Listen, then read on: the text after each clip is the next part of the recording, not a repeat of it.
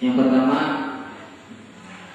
memusatkan perhatian peserta didik mudah pada suatu tema materi yang jelas sesuai dengan latar belakang tadi, bahwa anak tidak kita pisahkan dengan mata pelajaran, tapi terhadap suatu tema yang ada di lingkungan sekitar peserta didik.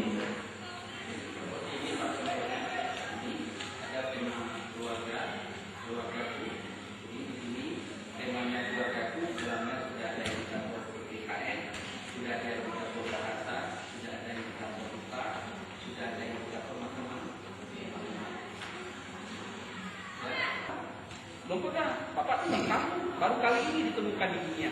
Angka 4 ditemukan oleh anak Bapak. Ini calon profesor. Angka 4 depan. Ya kan?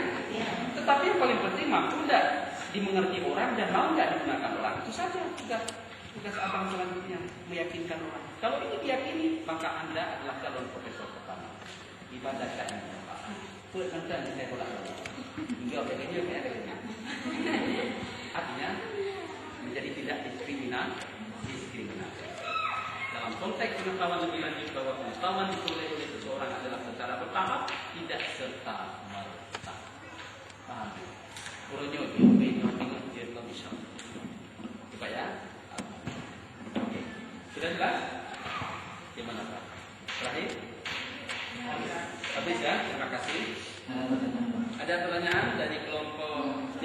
Dari saya Jangan dulu ke sana. Jadi dari kelompok D ada? Ada pertanyaan ini? Tidak ada. Pas? Kelompok D pas? Kamu akan jawab lagi. Dari keterangan medis, tadi dari 1 3 ada medis. Jadi anak terbiasa dan sinkron dengan 3. Kemudian di saat kelas 4 mereka dulu di saat masa transisi, di saat dari perpisahan, apakah ada itu? Oke.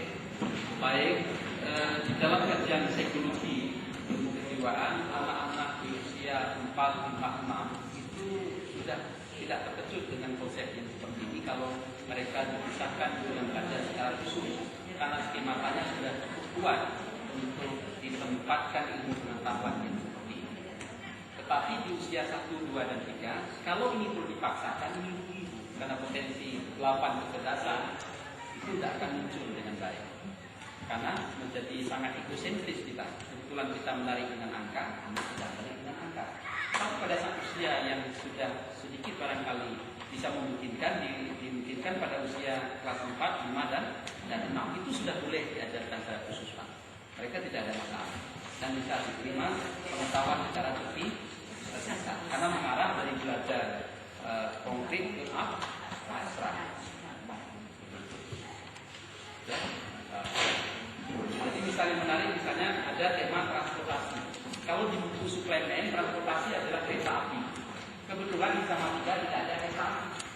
Jadi guru jangan paksakan diri. Nanti bercerita pada anak-anak, siapa pernah kenal kereta api? Anak-anak dulu. Saya tahu ya, dengar cerita itu. Kereta api itu panjang sekali. Bayangkan ini, seperti ular. Begitu lewat ular, dianggap kereta api. Nah, itu bahaya. Jadi sama Menteri Camino, ini kerbau Pak Haji 3 ekor, Pak Haji.